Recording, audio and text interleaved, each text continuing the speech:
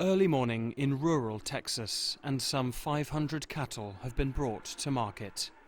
This is the Coryell County Commission Company cattle auction, one of more than 100 livestock sales events which take place across the state of Texas every week. The COVID-19 pandemic is changing not only the look of these events, but also the industry that they are a vital part of. In the sales room, the Stetson-brimmed auctioneer rattles through 550 head of cattle in just under 3 hours.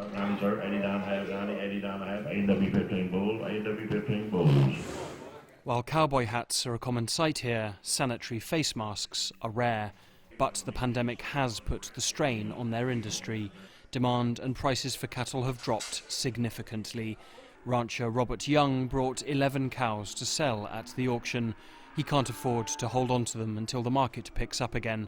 But under the current climate, he's not expecting enough money for his beef. Just how much have the prices gone down? 30, 40 cents. Last of March we got averaged $870 a head. Last week they averaged $570. Yeah, I worry all the time. That's how I make my living.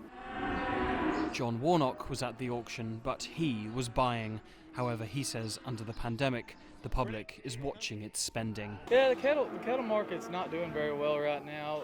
When you're thinking about, sustainable cheap food, if you're going to buy beef, most people are buying hamburger. They're not buying choice cuts, steaks, ribs, stuff like that. So there's not a whole lot of money in hamburger meat. If you turn in a whole cow into a hamburger and you're not getting any choice cuts off of it, there's not a lot of income to be made on it. Indeed, the reopening of the meat-packing mills has caused controversy, with critics arguing that the industry movement has put its workers at great risks to provide the country with a meat they could potentially live without.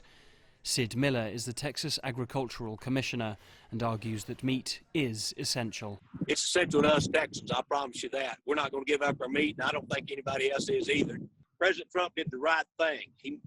We have to feed our nation, but at the same time, we have a responsibility to those workers for a safe environment. We can do this in a safe manner, but we've got to keep those plants running and the food going to the consumer.